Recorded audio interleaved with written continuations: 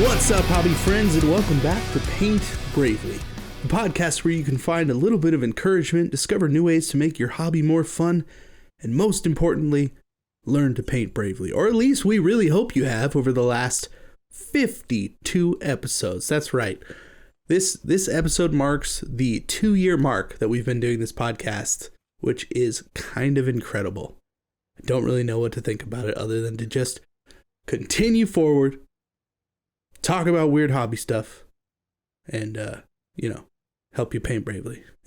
Yeah, we're going to keep on going here, and I am making a personal 2-year resolution to try to make this episode the best one ever. So you'll notice my microphone audio quality, knock on wood, is much better than it was last episode.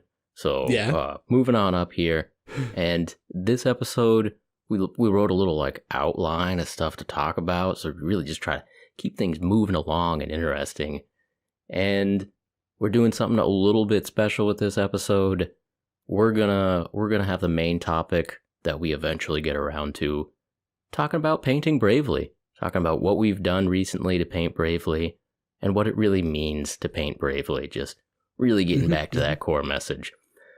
But in the meantime, we've each got a couple of topics that we picked out. That's what we're doing now. We're not just going to ramble. We've each got a couple of topics, or possibly even hot tips, hot painting tips, or rambly topics. But we've each got a couple of topics to get through. Then we're going to get onto that core painting bravely message. So Casey, give me a topic. What are we doing? All right. Well, the first thing I want to talk about is that it finally happened. I spilled paint all over my desk. I've been making fun of you for a long time. For spilling the Nuln oil, for spilling the contrast paint, whatever. Ironically, not from a GW pot. I spilled my Tamiya panel liner all over my desk. And that seems really hard to do. Describe the bottle. The bottle is square. It's made of glass. It's pretty thick, and it's pretty wide, and it's not tall. Yeah, it's got a big, broad, square base. It's squat. It's low to the ground, and it is thick, heavy glass. And when you take off the top, it's a screw top, and so if you're gonna have it open, you just put the top somewhere else, and so it's not sticking up as a lever arm or anything. It's probably the shortest item on your desk when it's open. Pretty much. So how did you do it, Casey? It's terrible.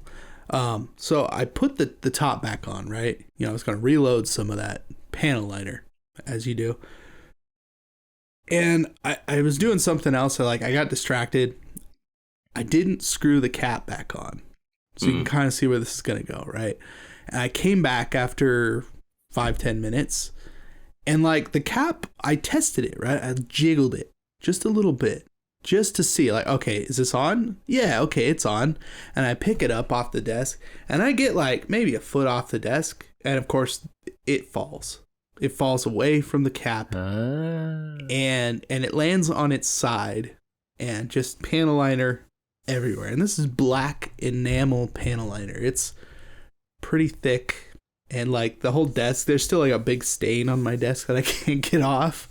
And I've used remover and all this stuff. It's just stained into the wood. It's dark, but it has very low surface tension. So I bet that went everywhere. I mean, that's the point of panel liner, is that just quickly. Mind of its own. Gets everywhere real quick. Well, and it splashed too. So it just went over. All of my paints are covered in panel liner now. Some of it, you can't even read what the labels are. I have to wipe everything off. I still haven't finished cleaning it up since it happened. I wiped off my desk. And I've cleared all the stuff off the desk so we could record the podcast, because this is also a painting area. And it was just everywhere. So yeah, I don't know. I don't seem to have too many issues with the Citadel bottles with the tops. I don't know. This one just is a fluke accident, I guess, but I'm definitely part of that. I didn't take a picture of it though, and I did not post it on social media, so I feel pretty good about that. All right. No, your version of that is to tell that to a few hundred listeners and just really make them hear about your troubles and tribulations. Yeah, exactly. Wonderful. I'm just gonna keep it on the down low. Like we're not really gonna let that out there. Right. I didn't. Yeah. So this was not one of my pre-planned ideas of topics for the day, but actually today I went to the Games Workshop store and bought one of those 3 pot holders for making sure that do you have one right there?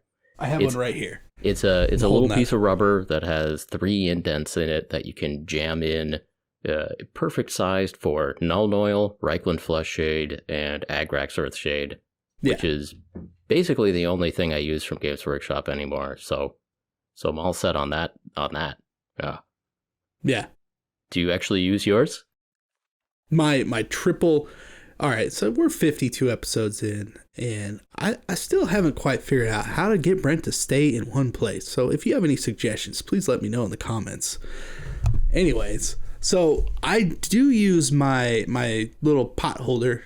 There's a bunch of like paint and stuff. Or it's like how hobby products get all nasty and painted and gross. It's like, yeah, that's right. I use this stuff. That's what mine looks like. It's got like airbrush color all over it. Mm-hmm. I do use it. It's nice to have, like, if I need a couple things open or if I'm grabbing something really quick. Washes obviously work really well.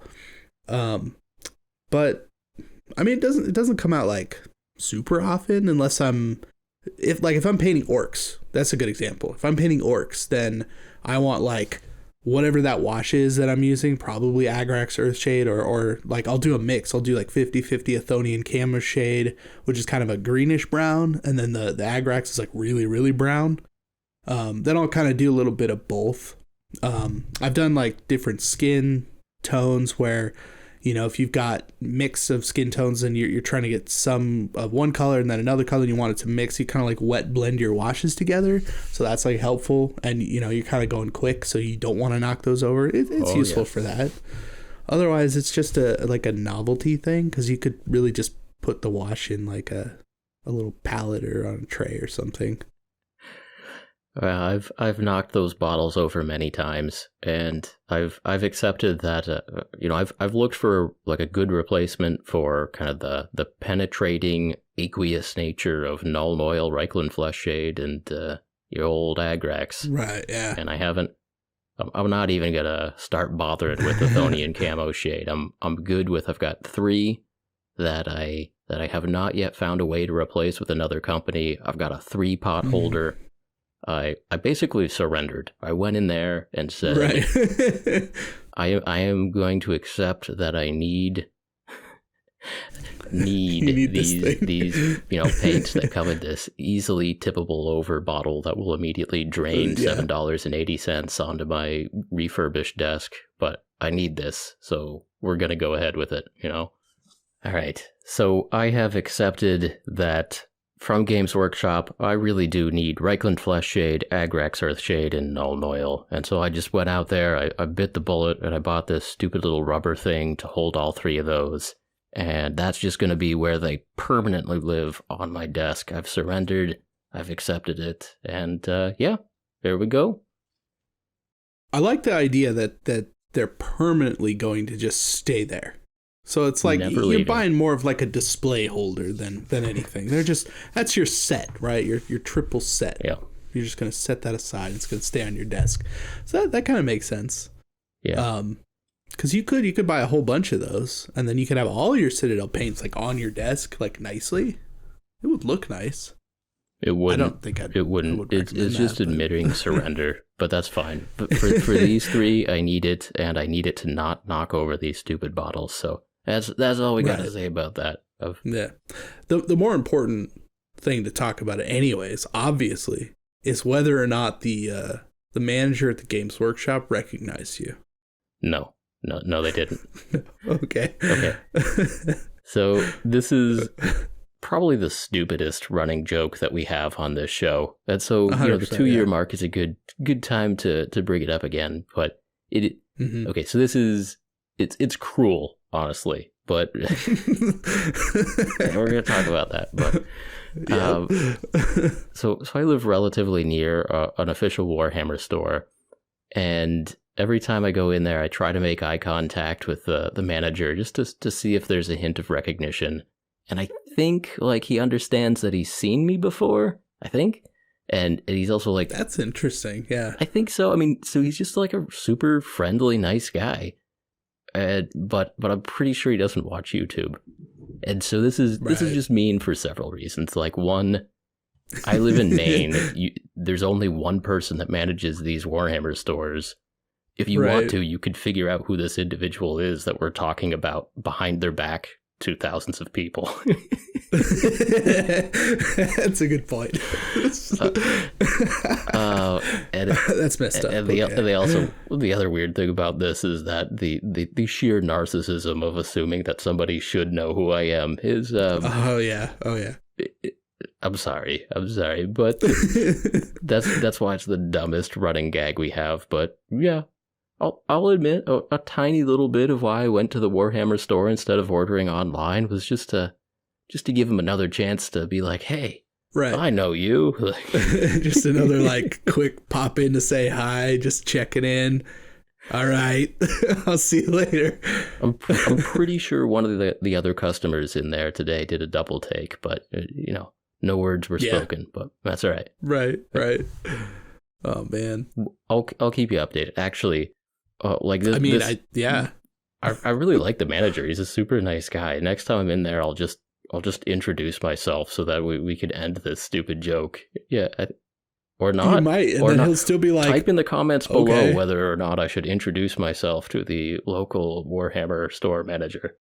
Look, I'm not saying there's anything wrong with that, but if you come in and you're like, "Hi, I'm Goobertown Brent. It's nice to meet you." That's not how I would do it. I'd just be like, "Hey, I've been coming in here for a few years. Like, hey, I'm Brent. What's your name?" Oh, Jimmy. That makes Jimmy. More sense. And then I'll casually bring up that, like, oh yeah, I do this as a hobby, but I actually have like a YouTube channel. I don't know if you watch YouTube channels, but anyway, if you ever want to check it out, is Goobertown. That's my diplomatic way of ending this charade and just normalizing relations here. Yeah. What if he starts listening to this podcast though? It's been 2 years we've been talking about this guy. Listen, manager Jimmy or Timmy or So you don't even know his name. We'll do a whole segment on guessing. Yeah, that's true. We could do a whole segment on guessing this guy's name, and then we'll each come up with our top 5 ranking lists of... Okay. Yeah. Okay. We'll see who's right. But yeah. All right, moving on. You spilled some paint. That's what you wanted to tell our audience about today. Yes, exactly. Be careful with that panel liner. Like that lid does get stuck. It'll sneak up on you. That's what I wanted to say. Okay. Yeah. Okay. So a topic I wanted to talk about, and I'll give you your shot at it. But since we last recorded, Games Workshop has posted some videos about Andy Serkis being in the studio. He's promoting like a video game, a Warhammer Chaos video game or something that he's been working on. But he was in the Warhammer studio, Games Workshop studio, and like painted some minis and did some interviews. So Andy Serkis did some Warhammer promotions, and then also just Henry Cavill wandered into Warhammer world and took a bunch of selfies, and so the internet has had some stuff to talk about. So Casey, celebrities and Warhammer and D&D, go. Well, all I know about that are people like Vin Diesel and Joe Manganiello. Mm-hmm. And Robin Williams, rest in peace. Robin Williams, yep. Yeah. Jason Mewes. Oh, really? I mean, that makes sense. Yeah, it does make sense. He's talked about it before, but why does that make sense? I guess it just does. So, but people play Warhammer and D&D. I'm not sure what you're getting at. Well, no, so first off, on like a first layer approach, like it is awesome that celebrities will occasionally use their broader reach to possibly introduce new audiences to these things that we love, and maybe maybe be just another pathway to get folks in, and to another degree, get people to be okay with the nerdiness of it all. That's true. It does like demystify the whole thing when it's like, oh well, that's Vin Diesel, right? Like, yeah, if it's good enough, Fast and Furious guy, and he's like, yes, my goblin, like my cleaver does 4 damage to your goblin. And he's sitting there at a table, like, yeah, okay. I mean, I think he was the first celebrity I was aware of, because he was on, a talk show promoting Too Fast, Too Furious. No, he wasn't on that. 3 Fast, 3 Furious. No, wasn't on that. We won't get into it. At the very end. What's it at? Man, I don't even know what video he was promoting. A Man Apart or something. But he was promoting some video on some talk show, and he was just talking about his D&D character like 10, 15 years ago. And that was one of the first, like, big name celebrities talking about D&D that I was aware of, which is cool. And earlier today I actually looked up the Wikipedia article, and of course there is one of notable celebrities who play D&D. There's a list on Wikipedia, and the ones we were just talking about were on there. Robin Williams, Vin Diesel, Joe Manganiello. But then, like, half of the list is just like, yeah, of course, like George R.R. Martin. Yeah, I mean, obviously, R.A. Salvatore. Yeah. Like, yes, yes. That would be funny. Why do you even bother to type that? Of course, R.A. Salvatore plays D&D. Like, that would be the weirdest thing, man. Just to be like, I play Pathfinder. Yeah. Okay. After finishing up his 20th Drist book, he thinks, like, maybe I'll give this a try. We'll see what this is all about. Exactly. Yeah. This seems fine. Should do some Lost Mines of Phandelver, see how it goes. Oh, man. That would be pretty funny. Yeah, you have to assume they're just some people, I guess. But, well, it's nice to see.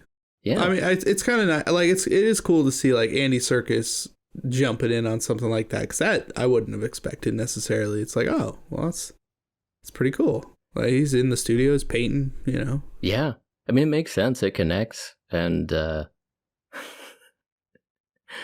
one of the things I wanted to make sure to talk about is the thumbnail that Games Workshop used for. They have 2 videos. Andy Serkis paints Warhammer. Yeah, that's a good title. That's a fine title that has potential. And the thumbnail that they picked for Andy Serkis paints Warhammer is just a picture of Peachy. It's like one of the auto-generated thumbnails too. It's not like they made it. I don't know. There's a couple ways you can go. If you have access to Andy Serkis, who is world renowned, is probably, has one of the most famous faces for being like the most expressive human in show business. Like, right. That's what he does. He has these incredible expressions that could do a YouTube thumbnail that would put Mr. Beast to shame. Like, right. you show Andy Serkis like the homepage for Mr. Beast's channel and be like, hey, just, go wild, go nuts, see what you can do. Right. You get 5 seconds of him just reacting. You get 5 seconds of Andy Serkis reacting to a Mr. Beast thumbnail, and then you take any still frame from that, you title it Andy Serkis Paints Warhammer, and you get 200,000 views. In like a day. Yeah. Yeah. Because there are similar videos of like some person that's slightly a celebrity paints something or does something, and it's like, well, there's 5 million views on that. Right. Like, there's no reason that this shouldn't be a thing. Just out of pure curiosity for most people. It's like, oh, I like Andy Serkis. Like, he's painting something. That's cool. Okay. Yeah. Like, people would just click on that just because. Right. Like, yes. Andy Serkis paints toy soldiers. Yes. Mm-hmm. The funny that I haven't watched those videos yet, and partially because like I haven't actually seen them come up on my feed, or I probably have, they've and I just didn't even but realize. You haven't noticed because it's a picture That's of Peachy. probably why. Yeah. Yeah. I'm like, oh, it's Peachy. I scroll. Yeah, Peachy's always on my feed. I mean, it's good to see him, but we're used to him, and yeah. Yeah, I'll work my way back through, the Peachy catalog at some point. Generally, how it goes. Yeah. But But yeah, you get like a big blow up face of Andy Serkis making a crazy expression. I mean, and then the picture that comes to mind is him doing the Gollum eyes, right? Of course, with the model. Right, that meme. Describe the meme, Casey. Like you're acting it out very well, but for our listeners at home, describe the meme. Well, if you are listening at home on any other service other than YouTube, I appreciate that. We both do, but. Head to youtube.com/paintbravely the podcast, and we have a video of both of us going the entire time. And editor Matt usually puts funny things in that makes fun of us a lot. And yeah, that happens. But yeah, so the image. I think most people who have been around for a while probably have seen it. It's I forget what part of the movie it is, but it's Gollum like with his kind of face reared back. He's got a big bulging eye, and he's kind of like concentrating on doing something. His like tongue's kind of out a little bit, and he's like, and in the meme, at least for the Warhammer one, it's like he's trying to paint an eyeball on like a space marine, and it's some derpy eye or something. It's these four panels, and the first three panels are Golem like really focused on something, zoomed in, really focused, focused, and then the fourth panel is like somebody trying to put eyes on a space marine or whatever. Yeah, it's just painting something very small and very detailed that's the face that you would have, right? So like just getting him to do that in real life, if they holding a model, oh man, if they recreated that meme with present day Andy Serkis in the Warhammer studio, gold. They put that on a thumbnail. Andy Serkis paints Warhammer like in the meme. 200,000 views in a couple of days. Yeah. Anyway, moving on. Yeah. This then Henry Cavill went to Warhammer World, which is cool. Again, getting exposure for the hobby. And there's been like a couple of Henry Cavill news cycles. Like there was like that one picture of him painting a custody. Like the head of a custodian. People lost their minds. Yeah, that was like a week of everybody's internet for like a week. If you're associated with this hobby, you just saw constant memes and reposts of this. Yeah. And then again, this last one was maybe a month ago when he was doing promotions for The Witcher Season 2, and he said something about like playing or painting Warhammer on a talk show. Oh, that's true. Yeah, on Graham Norton. Yeah. Yeah, and again, like it was like at least a solid week of like just our side of the internet was just covered in Henry Cavill and Superman memes and everything. Oh yeah. And anyway, he goes to Warhammer World, and my second thought was, this is cool. My second thought was, this is cool. Like, things I like coming together. Again, like helping to promote the hobby. This is awesome. That's so cool. Seeing picture of what he actually looks like on his day off, going on a shopping trip. Very, very nice. Yeah. But my first thought was like, it's going to be another 2 weeks of like just Henry Cavill memes all over every one of my social media pages. It's not been entirely that, but yeah, I've seen people. It was actually only a couple of days. I mean, there's other stuff going on the internet right now, but whatever. Yeah. Right. So, yeah. that was the topic I wanted to talk about. Just celebrities in our gaming sphere, and I think Joe Manganiello is doing a great job over in D&D, because I mean there's tons of shots of him with like tons of Dwarven Forge terrain and everything. Like that guy gets his dungeons set up. He runs like a celebrity campaign. Yeah. Like people like Bill Hader drop in and out, Vince Vaughn drops in and out, like a bunch of people. And I swear that there is a and we may have talked about this in the past, but there's somewhere on YouTube, there's like a mini documentary about this like celebrity D&D game. Yep. And it's like 15 minutes long, and it's just like goes through this huge list of people who have been in this game, and it's just kind of insane. A mini documentary about Joe Manganiello. Yeah. Cool. Oh, we gotta move on. Casey, what's your next topic of the day? Let's go. My next topic of the day. I mean, if you can call it a topic of the day, I just want to talk about some models I painted. That's all. I've been painting up a bunch of Stormcast models, and I've been having a pretty good time doing that. What? Don't give me that look. Cool. No, that's great. Yeah, that's what I thought.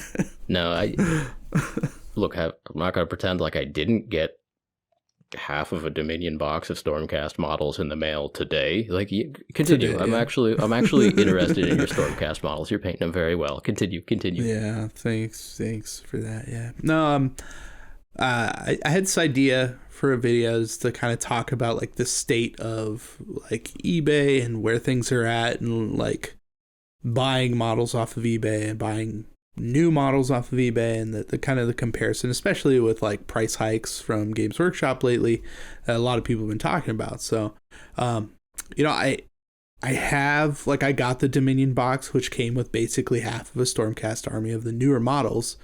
And then, you go on eBay and there's a lot of really inexpensive Stormcast models. So, yes, I built an army. I have built an army, and it is a large army. And I've been working my way over the last like week, just painting, so much painting. But I'm actually, I do have painted right now over 2,000 points, and I'm just like finishing out some options, I guess, if you will, just because I have them. Nice. But I'm pretty excited about that, and like it's coming together better than I expected, I suppose. Like, this will probably be one of the nicer armies that I've painted, like, just overall. Like, they look good together, I guess. You showed me a little sneak peek, and they do look good. It's it's like the dulled down version of the box art, so not bright blue and bright gold, but like chilled versions of those. Yeah, like just muted versions of those, and like slightly weathered and just beaten a little bit. Like, all of the models, I'm not doing any heads on any of the models. Like, I'm just doing regular helmets, right? No human heads, because I still like the idea that the Stormcast models are like living armor sets or whatever. Like, everybody thought that for a long time until they're like, oh, some of them I guess are, or some such, I don't know. And then like real ones started popping up, people, and I like that less. But it makes sense. You gotta branch out and get some like people that you care about in there, not just mindless space marines. God, I hate space marines. I really like the heads that they have for some of the new Stormcasts. So I do too. Yeah. It was kind of an all or nothing type of a thing. Like, I was either going to do all of them or none of them. And I just kind of like, well, I already have a bunch that don't have the heads, so I might as well just stick to that theme and run with that. That way, anytime, I want to get another one, I don't have to really think about it. It's like the plan is set. It's there. I'm good. Mm-hmm. Real good. Yeah. Yeah. Well, I'm excited for you when... got Dominion? I guess that today. video won't be out at the time this podcast drops, but that's okay. It'll be out eventually, and that'll be cool. That'll be cool. It'll be out 6 days after the Wonderful podcast. Wonderful. Yeah. All right. So some models I've been working on over here are WizKids. So the WizKids Frameworks models. So this is the line of sprue models, polystyrene D&D models. And a couple months ago, WizKids sent me like 4 hero models to take a look at, and I did a little review video on them.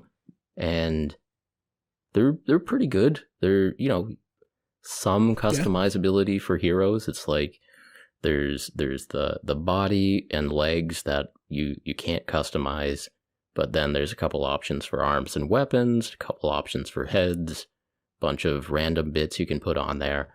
And some of the bits are actually pretty clever the way they fit in. Like there's the druid that has a satchel, like an optional satchel, and the satchel bit like just fits perfectly over her arm. It rests on her shoulder and against her side, and it's just like she's wearing the bit, and she looks great without it. She looks great with it. And there were that's pretty cool. Yeah, there were some other ones like cloaks, and that again, character looks great without a cloak, but the cloak like perfectly molds to the figure, and it looks great with it too. So some of the options are actually pretty clever on those. Anyway, the frameworks line is getting closer to release. I got a contact over there at WizKids. They were kind enough to send me like a whole box of like other stuff from that first wave of frameworks. And so I've got some more hero characters here. I've got some like larger monsters like Minotaur, Beholder, Drider, like that kind of larger single monster. And I've got they have 2 sets of like minions. So they have a set of 7 orcs and a set of 7 kobolds. And I guess what I wanted to talk about briefly today is, first off, I think it's cool that D&D is getting hard plastic minis that are like, you build them and they're customizable, and same plastic that Mantic and Weird and Games Workshop and Warlord, and like they're model plastic, like legit plastic for models. Yeah.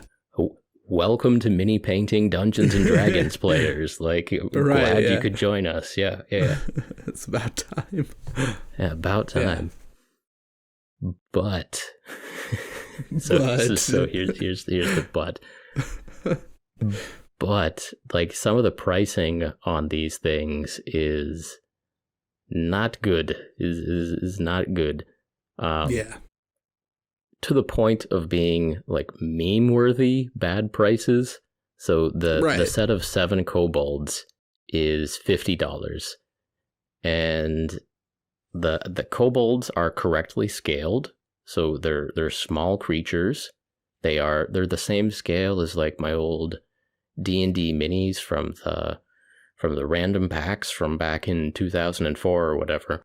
They're small creatures. Right. They're multi-part kobolds. They're correctly scaled, and so 7 kobolds fit pretty comfortably in the palm of my hand.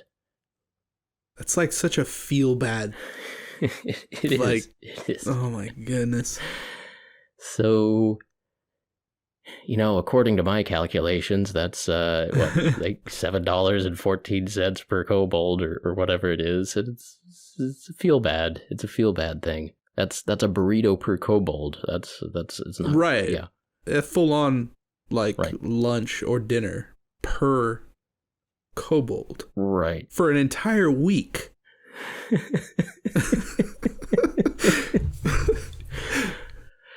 And so I guess I just wanted to talk a little bit about how minis are even priced and how we conceive of value or not value for minis.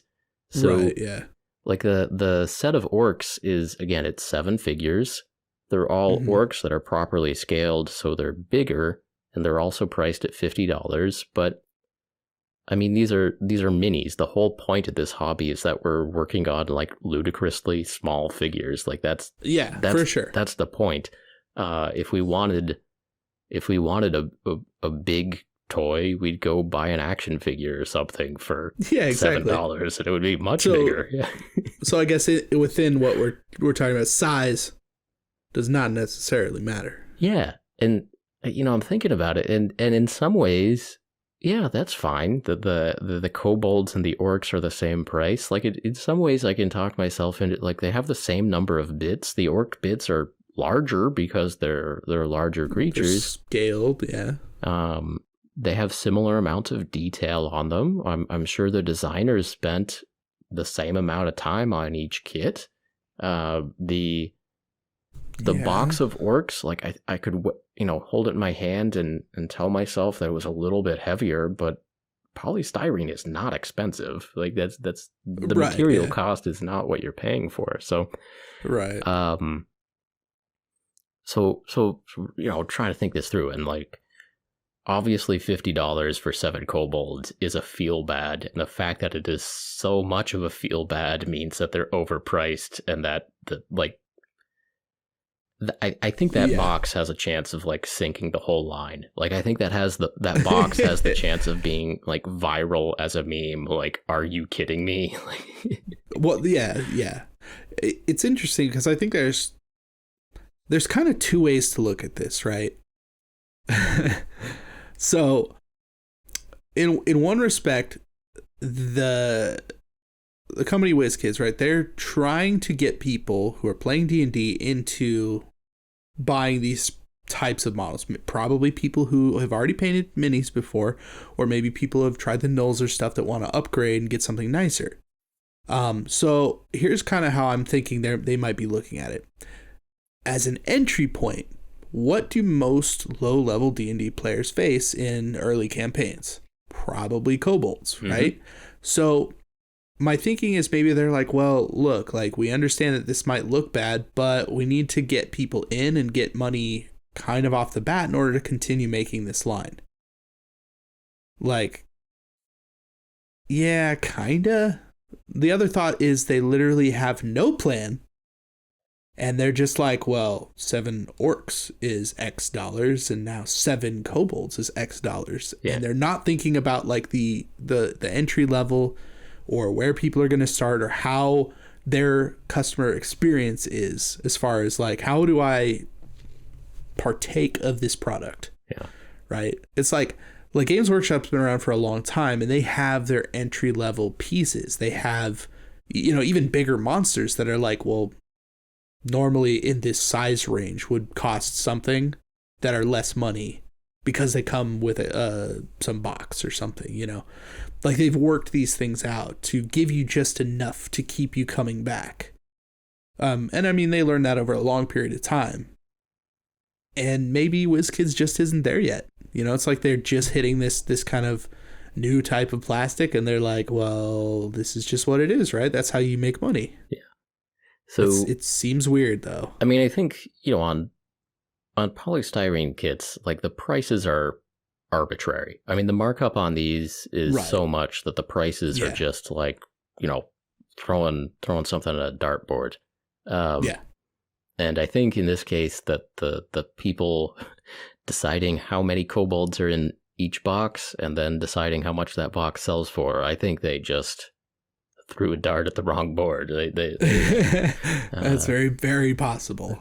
They did not ace that arbitrary decision, I don't think. So yeah, I mean, for trying to like evaluate the pricing on this, I went and looked at some Games Workshop prices, and I spend a fair amount of my waking hours like complaining about Games Workshop prices, but to be fair, you can get 20 Night Goblin archers for $38 right now before the prices go up again. But that's $2 a goblin. That's not $7 a kobold. Yeah, that's been around for a while too. And granted, they're not multi-part, that price will go up. But or even orcs. Like there are plastic savage orcs are $54 for 20 orcs, so that's less than $3 for an orc. That's pretty good compared to, again, really we've got these $7 WizKids orcs over here. And when you start doing some of those comparisons, like if you're losing on the price comparison to Games Workshop, like it's not. That's really when you need to start looking at it, right? The company that people complain about the most for having the highest prices for models, right? Like if you're beating them, like you're playing the wrong game. Yeah. I mean, especially because at its core, Dungeons and Dragons is model agnostic. And so if you can get more orcs and arguably better orcs, like you could have that conversation. These I don't know. I don't really like the orc designs from this WizKid set. They're okay. I actually do like the kobolds. They're just monstrously overpriced. They look nice. Yeah. Yeah. Yeah. Anyway, the one saving grace for WizKids is like their bendy plastic, like their PVC minis, are actually very reasonably priced. Like you can get, a 2 player characters for $6 or something, and they're bendy plastic, and there's mold lines that are covered up in like a thick layer of primer.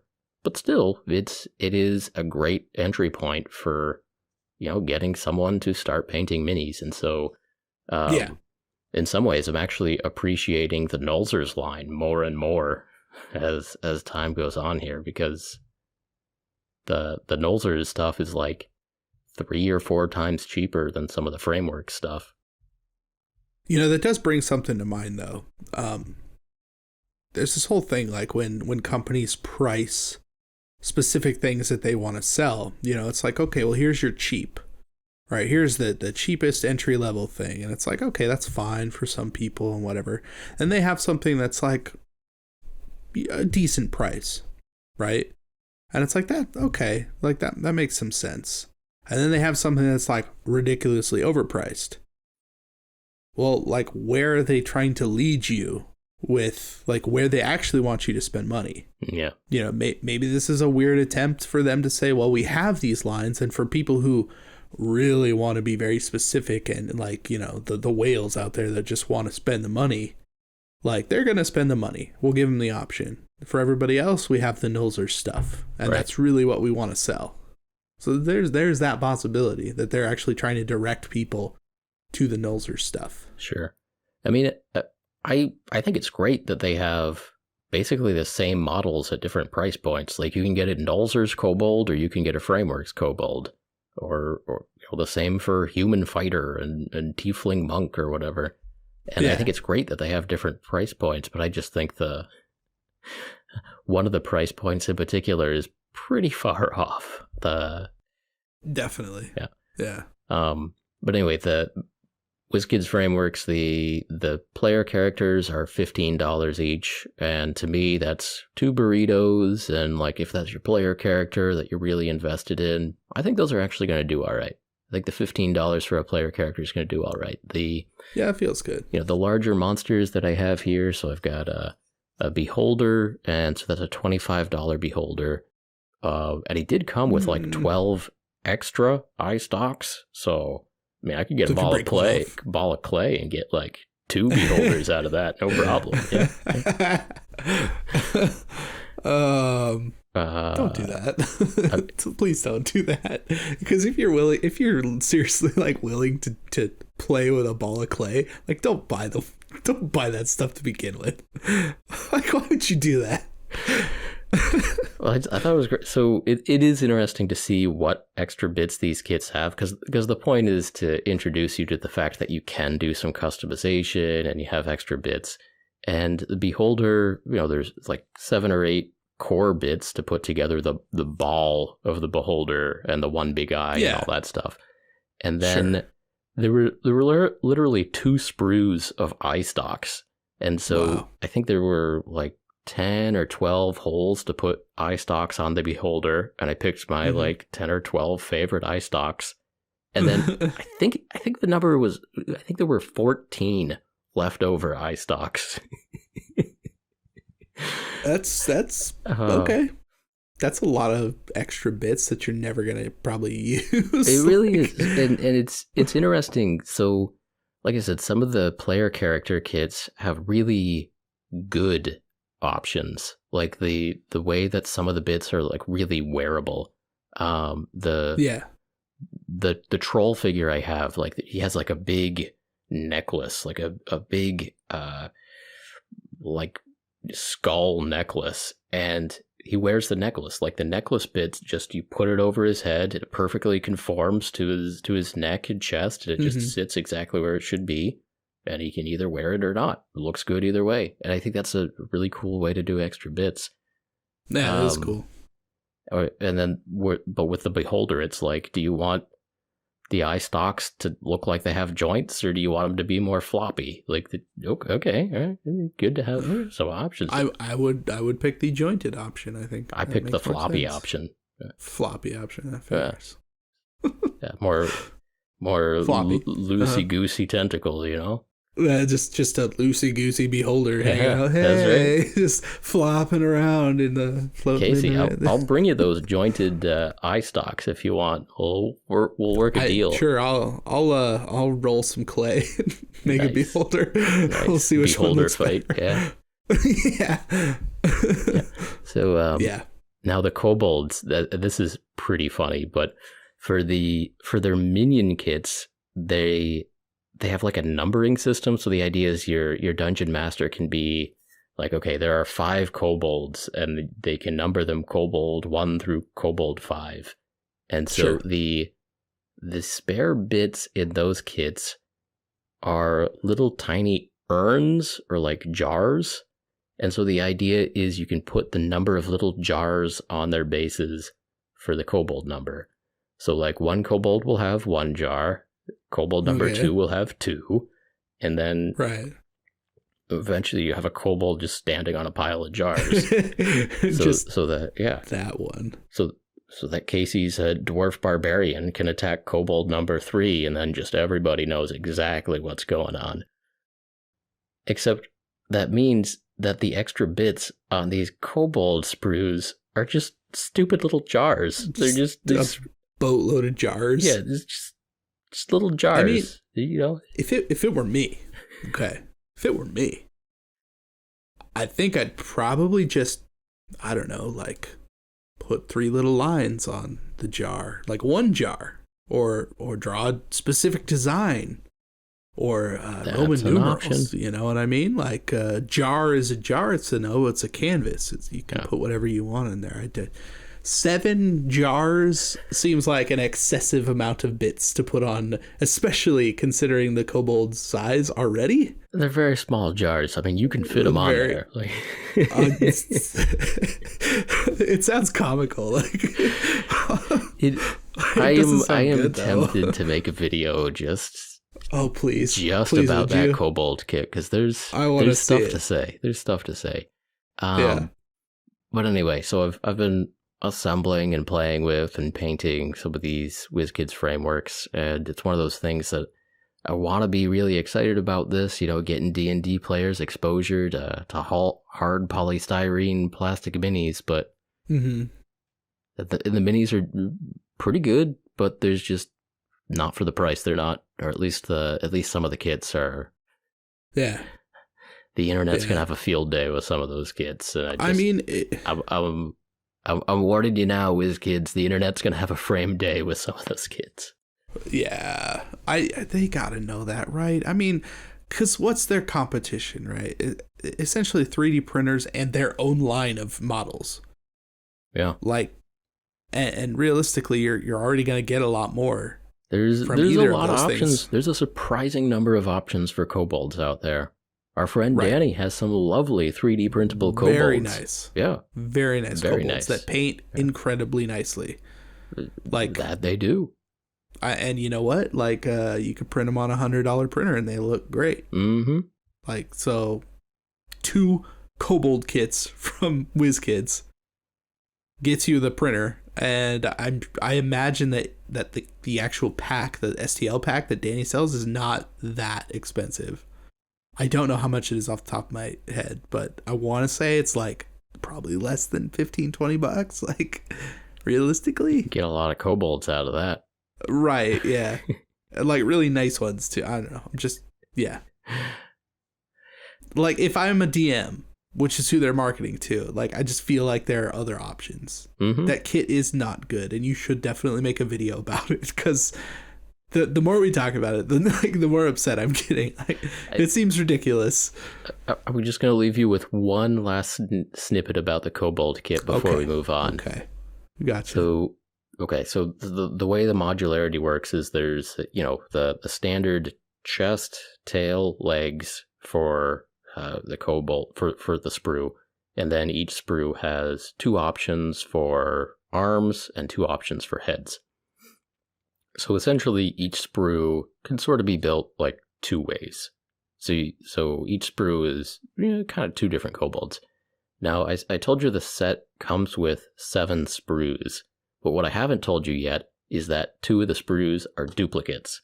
So the sprues are labeled Kobold 1, 2, 3, 4, and 5, except there's duplicates of Kobold 2 and Kobold 4.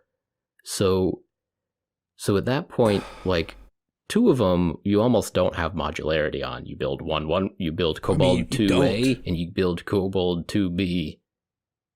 And so it's like the head is this way and then the other head is this way. It's like, or are there actual options, or is it literally like we just mirrored this? There's different weapon options, and to be fair, I can't remember if it's 2 or 4, but one of the ones they give you duplicates of, there has a kobold that's holding a scorpion, so that's the best bit in the box, and you get 2 of that bit. So you get 2 of the bit of the kobold arm holding a scorpion. I can forgive that a little. So honestly, that's worth $10 right there. So like, it probably is. Like, people selling that, like splitting out a kit for eBay. Like, the kit, like bits like that are gold.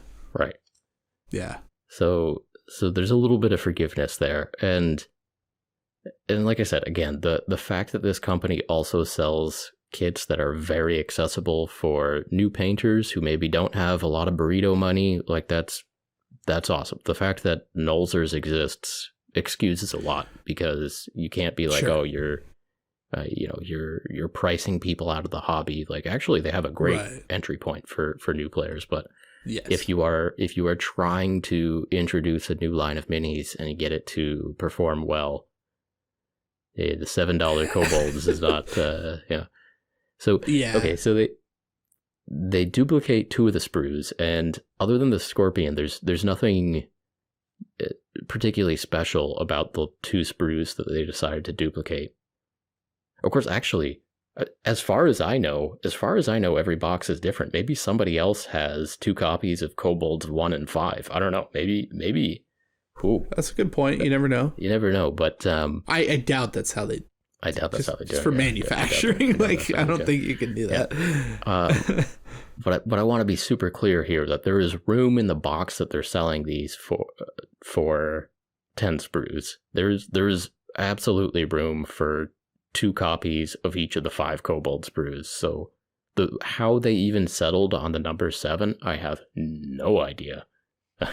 My guess is they looked at like, well, what are the top like X amount of campaigns that are played? How many kobolds would actually potentially show up at one time?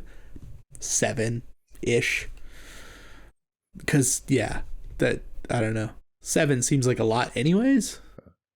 Man, Casey, this whole podcast is just turning into kobold talk, and this is no way. If we want to change the name of the podcast to Kobold Talk, I'm okay with that. Welcome to Kobold Talk. We do like a spin-off? Like, yeah, we just talk kobolds 24/7. Maybe we put that podcast out every week, because people are going to want to get the Kobold 100%. Talk. And we just get really into kobolds. Just review every sculpted kobold ever made. So there's a YouTube channel that I don't watch enough of, but it's called like Jabba's Palace or something. And it's somebody who just buys Star Wars toys that are themed around Jabba's Palace. And, and he's got like 50 different models and toys for like Jabba's sail barge. He has like a whole bunch of like the Jabba's throne room. But anyway, I love the idea of someone just getting like really fixated on just something really specific and just as the dumb most as a kobold. Niche thing you can get. Yeah. Well, I mean, welcome to Kobold Talk. Really, take Candle. Yeah. I'm here with my friend Casey, and as we do every week, we're gonna be.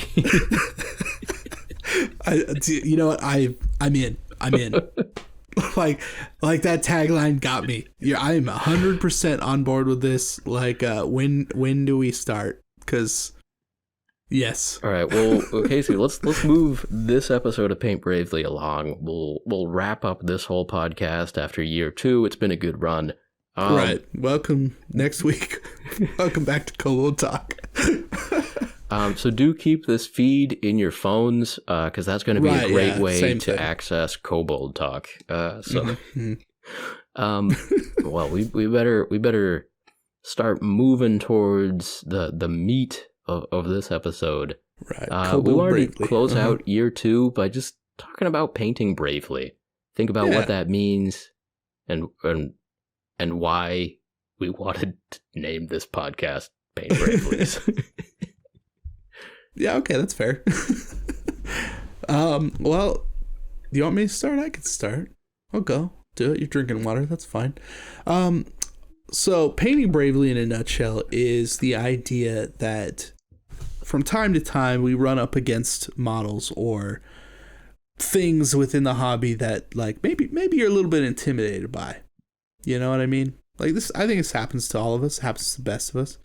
Like you put down some money. You buy some kobolds, for example, and you spent $55 on 7 of them. Like you probably want to paint them pretty nicely. Well, maybe your skill level isn't exactly where you want it.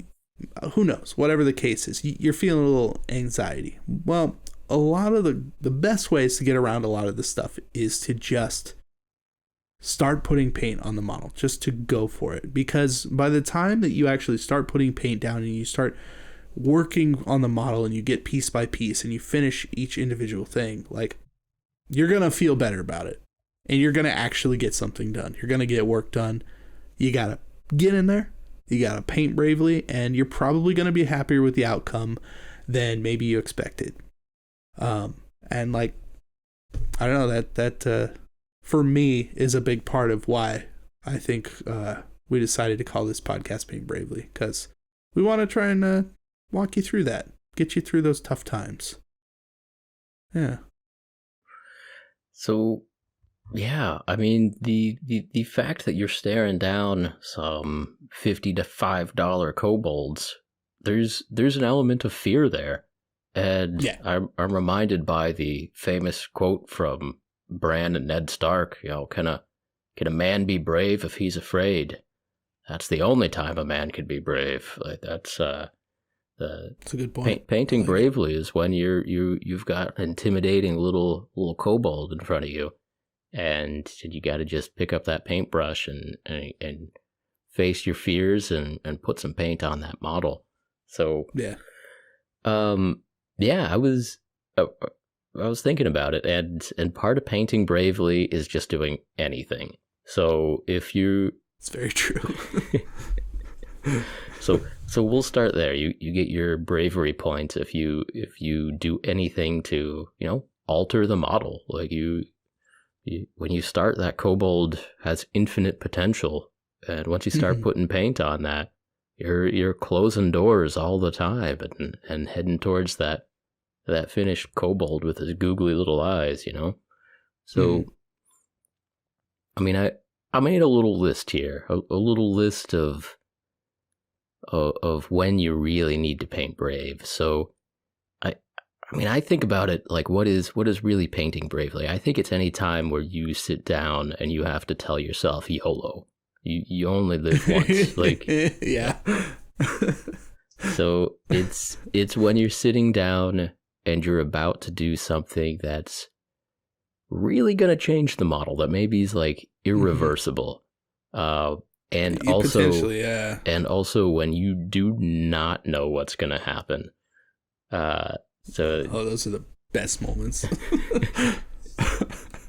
You literally have no idea if it's going to work or not. Right. Yeah. And so that's such a key moment because you're about to learn something one way or another.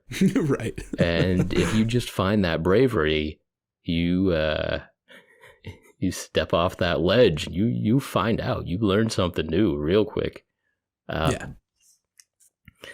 So I mean, a couple times recently that I've really thought about painting bravely are there's this technique that I've seen like Sam Lenz talk about as the Anti-Xenophol shading technique.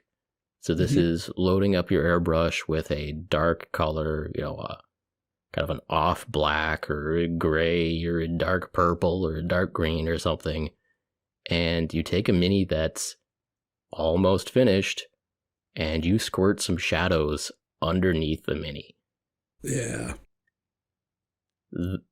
The sheer bravery. Yes. You're in that like bravery test moment, right? Like you got to do something, and it's like if this works, it's gonna be good. Oh yeah. Yeah, but I mean, picking that airbrush up and going like, I'm gonna squirt some like dark green, like under this model right now. Yeah, that's a moment for sure. It is, and sometimes that pays off, and sometimes it doesn't. Sometimes you just like, you squirt a little too much on there, and it does not look like it did when Sam Lenz did it. That happens sometimes, yeah. Right, exactly. But of course, the lesson is like Sam Lenz paints bravely, or has for many years, and there's no way to compare yourself to him, especially if you're just starting out, or even if you've been painting for like a small amount of time, right? Like, and there's no reason to necessarily compare yourself. Right. But you should try it. You should try the thing. And actually, on a more universal experience for folks who maybe don't use a airbrush that often, just putting a wash on a Mini, like especially just deciding to put a dark wash all over a Mini, that is like a binary decision. It is the Mini for over the course of 30 seconds looks very different, and you cannot take back what you've just done. No, like that Nuln Oil goes down, like you've made a decision. It's down. That's your decision has been made. But again, salute the bravery that it took to make that decision, and the fortitude and the dedication, to see it through. And you're going to learn something, because a lot of times you can't necessarily predict what that Mini's going to look like if you just dunk it in black wash. Only one way to find out. But the reason that we do encourage people to take chances is because you do find out. You do learn something new by taking that step, giving it a shot, and seeing what happens. Yeah. Which I mean, I think that's an important and integral part to any hobby or anything that you're really trying to just get better at. And I mean, an assumption on our part is that, you listen to this podcast because you do paint, and maybe you paint while you listen, or whatever that case is. You're looking for like a little nugget of information to just get better. I mean, I still do that. I watch videos just going like, I just want that like one tidbit of something that just unlocks that thing in my brain, right? But definitely one of the bigger things that has helped me get better as a painter is just like that trial and error, and not necessarily worrying about whether the outcome is going to be bad. Yeah. Like going for it regardless of the outcome is gonna give you the information to do it better or differently the next time. 100%. It's always going to be a thing. Yep, 100%. That's how you learn. Trying new things, stepping out into the unknown, trying new things. That's how you learn, and that's the value of it. And I don't know. For me, something I've been doing lately is I've been doing a little more black lining. So I did that a video a little while back, but loading up your brush with black ink. And actually, I was playing around with Imperial Fist Space Marines. So these are yellow figurines. And I've been playing around taking a yellow figure and painting black lines on it. And the ink dries pretty fast. It's pretty irreversible. Like with paint. Yeah. With paint, you often have like 10 seconds to wipe up a mistake. But ink is sets pretty quick.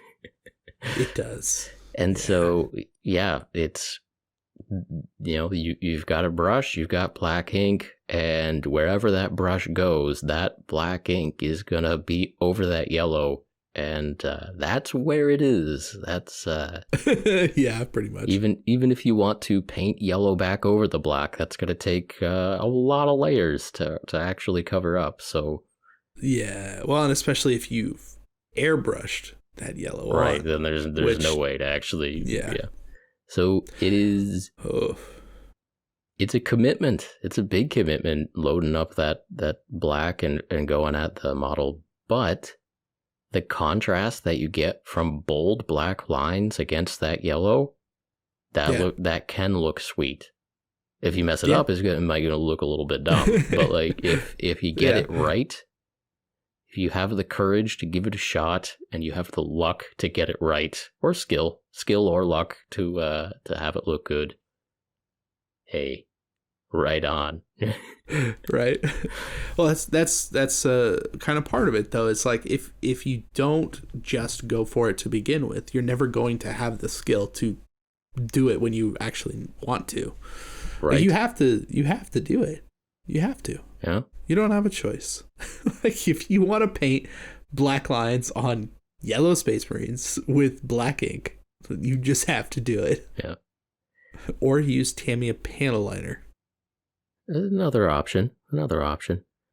Yeah. That at least you can wipe off. That's a little more forgiving. That does mitigate kind of the being brave. It's not quite as cool. Like, not quite as cool. Not quite as black. Yeah. Not quite as defined. That's right. Now here's another example. Painting eyes. All right. So you've got a nice flesh tone face. You use a little bit of a dark wash to get like the dark orbit of the eyes, the eye socket, and then you get your little brush out. You carefully paint in an oval of vanilla white for the eye white, and then you load up that little brush with black, and you better get that pupil where it goes, you know? So you get your Gollum face out, and you really get in there. Yeah. Now, if you miss with that little pupil, you're going to be doing a couple of those steps over again to take another shot at that eye. But you got to shoot the shot, you know? You got to get in there. Yeah. I actually, that's something that I need to start really pushing towards, because for a long time, my excuse is, well, if I paint the eyes white and I give it some kind of a glowy look, don't got to paint the pupil. Because the eyes are glowing. It doesn't matter. Yeah. I've adopted the attitude of, I don't know if my character is going to be like surprised or confident or shocked or bug-eyed. Right. We're going to find that out. We're going to find that out together. The only way to find out is to paint those pupils. Right. And bravely discover your character. Yeah, bravely figure out who this person is. Yeah. Like, you're painting a D&D mini, you're going to find out real quick what your like main focus is for that character, depending on the eyes. Yeah. The window to the soul, Brent. Yeah. And your first eye, the first eye that you dot, that's going to tell you like generally, okay, are they cool and confident? Are they high? Right. Are they frightened? Are they shocked? And then the second eye... It's not usually the first eye that's the problem, The second eye depends on whether it's symmetrical or not. That's exactly. Just like... that's when you get the issues, because like the first eye, you're like, well, I centered the pupil. That's looking good. It's staring straight forward. But the other one is 45 degrees off to the left. Is like, my character now conscious? You have a problem. Yeah, yeah, exactly. Like, oh, I'm sorry. He's had a stroke. I'm sorry to tell you. Like, right? No, it's too bad. Yeah. Yeah. That's how it goes. And unfortunately with eyes and faces in general, like the more layers you put on, like the worse it gets. There's almost no going back. You have to like erase the entire face to start over. And it's a bad feeling, but you know, I think it just happens. It just happens to everybody. Yeah. Yeah. I have done that, by the way. I have a little vial of LA's Totally Awesome that I use, and I just take a brush and I like slowly brush it on, and I have totally stripped like just the face of a mini before. And it's stupid, but you can do it. I mean, yeah, and if it saves the face, right? if the knowledge that that is an option helps you to paint bravely and try to paint those eyes, know that you do technically have the option to remove all those layers of paint from all your attempts at painting those eyes. So, yeah. I've most definitely painted for multiple hours and then thrown a model just directly into stripper and started over. I don't technically recommend that. Like, I think that like continuing to paint is probably better than stripping it, unless you've overloaded the detail, which happens in faces generally. Otherwise, like, you're probably fine to just keep painting. Mm-hmm. Yeah. Mm-hmm. Another big thing, like one of the things for me, I made a video about this a long time ago now, was the expense of models, right? And that's kind of, I was making the joke about the kobolds earlier, but like, you know, there are some models that are particularly expensive, especially Games Workshop and Forge World models. And even to this day, like, I still have a problem looking at a model that costs $250+ that I legitimately own, going like, how am I going to do this? And is it going to work? Is it going to turn out?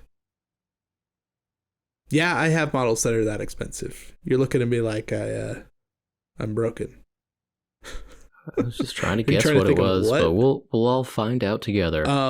So I have a good collection of Korgorath models, like from the Age of Sigmar first starter kit that came out when Age of Sigmar came out. I've converted a bunch of them. I've done videos on those in the past, but I bought for a good price, the Forge World resin Korgorath that I don't remember the name of off the top of my head, but he's a huge, very nice looking model, and like surprisingly nice from Forge World. And I think MSRP is like $250 or $300, like $299 maybe for him. And I picked him up. He had a couple of chunks that were busted off, but like really easy to replace kind of things. Okay. I picked him up for like $120.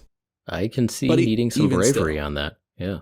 Right. Even still, it's one of those models. Like when I got the Great Unclean One model, the new one, like that took me a while. Like I was legitimately like, I don't know if I want to do this. Like I had just gotten an airbrush. I just started a YouTube channel, and that on top of it was like, well, I don't really want to mess this up. Like, you know, so much went into that. And still, like, to this day is one of my more favorite models that I've painted. Like it just, you know, you go for it, you get inspired by what you're doing, you watch videos, you look at other people's stuff, whatever you got to do, you know, and push through. Like you're probably going to be pretty happy. But sometimes it's hard. Yeah. That expensive model is expensive, right? Yeah. No matter what you do, it's expensive. I mean, I'd say on a lot of those YOLO moments of deciding to commit to something, I'd say, like, if you've just, you know, you've heard about a technique before, whether that's a wash or anti-Xenophol, you know, shading or whatever it is, I'd say there is a better than 50% chance that you're going to like the result. Like, right. Unless you're just trying something that everybody has told you don't do, this doesn't work, then maybe you have a less than 50% chance. But if you're trying something that like your friends have been telling you for years that you need to try, there's a pretty good shot that it's going to work. So just, you know, YOLO, give it a shot, paint bravely, and learn something new. That's what I always say. That's what I always say. Is that what we always? That's what you always say. That's our motto here, going into year 3 of Paint Bravely, the podcast. Yeah. Just like, it's funny. Like you say YOLO, and it's like literally we're talking about it. You could strip the model. Like you literally can live more. You can live more than once. It's okay. You can even, if you really wanted, buy a new one. Like. It is interesting that YOLO is typically said before doing something very dangerous and stupid. When it actually applies, then I don't recommend it. Like, really, it's a bad idea. Like, that's, in fact, it should be a reminder to not do that thing. Right. Like, you only don't do that. Right. Like right before you go bungee jumping, YOLO, you know, jump off the bridge. That, I mean, in this case though, what's the worst that happens? You have to strip a $250 Korgorath. That's, you know, absolute worst case scenario. Absolute worst case scenario. Yeah, it would be a pain. Oh yeah. Like, because it's not a small model either. No. Like, it does not fit in my sonic cleaner. So I'd have to get, like, one of those, like, Costco pickle jars, you know? That, I mean, it's good. Good pickles, maybe too. I go over to your house, we eat some pickles, you know what I mean? Yeah. It's not a terrible idea. I do like a Vlasic dill, you know what I'm saying? Maybe we get some pickled eggs. You know what I mean? Eat some pickled eggs. We'll talk. No. We'll talk. YOLO. Yeah. Yeah, that's really good. I'm not gonna eat pickled eggs. That's there's a line. And that's way on the other side of it. If you're at Adepticon this year, we're going to Adepticon and we're starting a new thing. It's called Pickled Egg Adepticon 2022. And don't bring me a pickled egg. I won't eat it. And there's nothing that the rules for this convention are it's mask on at all times for safety unless you're eating a pickled egg, and then you can pull your mask down just to put a pickled egg in there and then just put it back up. Yep. So that's the thing. You get your N95, you can hide the pickled egg in the mask. It'll just stay in there, and you just kind of like that smell will stay with you for days. Yeah. Oh. Well, on that note. Yeah, thank you again for joining us on another episode of Paint Bravely. If you enjoyed this podcast, please help us out by leaving us a review on iTunes, subscribing to the YouTube channel, and sharing this message with your hobby friends. And as always, we appreciate each and every one of you for listening, and we will talk to you next time. We appreciate you. Thank you so much for listening. Pickle bellies.